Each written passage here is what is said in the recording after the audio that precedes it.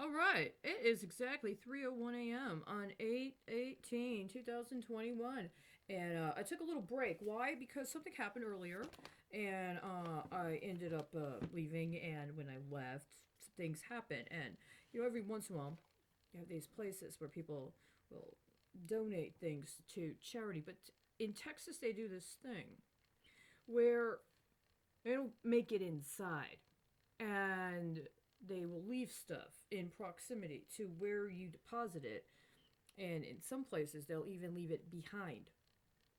They'll take it or it'll be behind the actual place, so if you're coming to pick stuff up you wouldn't see it.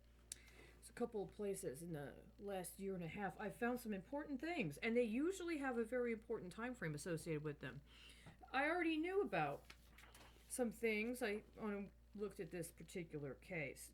Herza Engineering Company is an engineering company from Chicago that was in part connected to the construction of the El Cajon Dam in Honduras.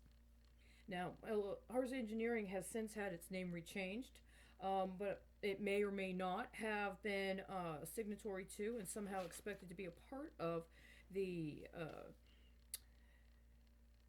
25-year term associated with the timeline regarding what is called legacy dredging.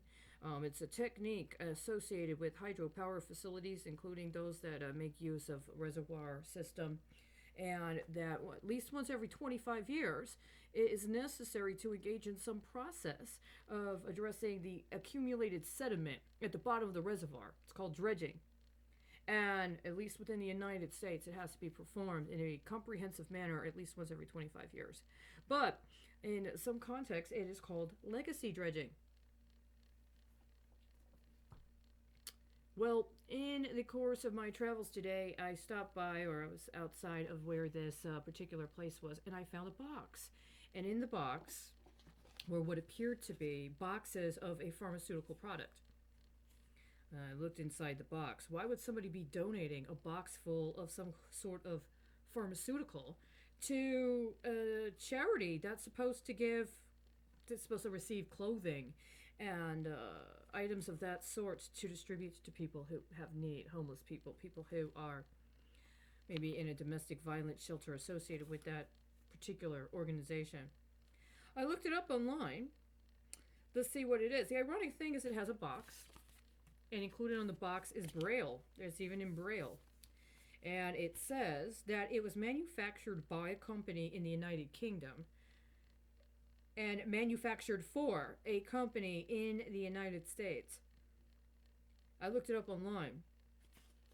Apparently, this product is supposed to treat lymphatic lymphoma.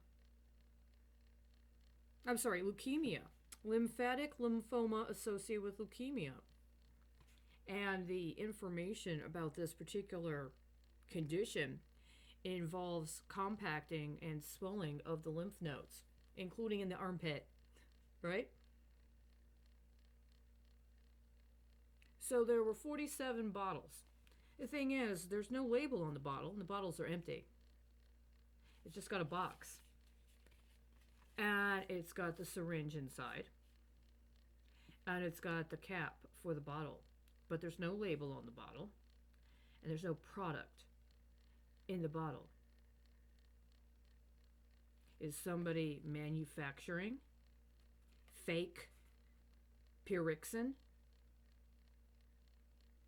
Why would you donate this unless you wanted it to be found? Unless somebody right now is gambling and is betting on being able to make a dump of a so-called chemotherapy agent that assists with the processes of chemotherapy for people who have leukemia, and has some simulation that they're donating a product that you use in the course of chemotherapy to a clothing drive that one donates clothing to in order for it to go to charity. You see, earlier today, I found it, but because I didn't have any way to transport it, I only took some of the bottles as evidence.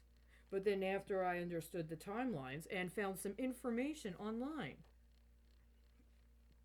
I got back here and logged it in by 9:26 p.m. yesterday. I went and got the rest. There's 47 bottles total, which means there's one bottle missing. It would have been 48 bottles in the box. Is this somehow supposed to be connected to that deal from last autumn regarding the announcement that the United States was going to donate a certain number of COVID-19 vaccines to the nation of Iran? I mean, the timelines fit, right? So we, as of yesterday, would have had 33 days until September 19th, 2021.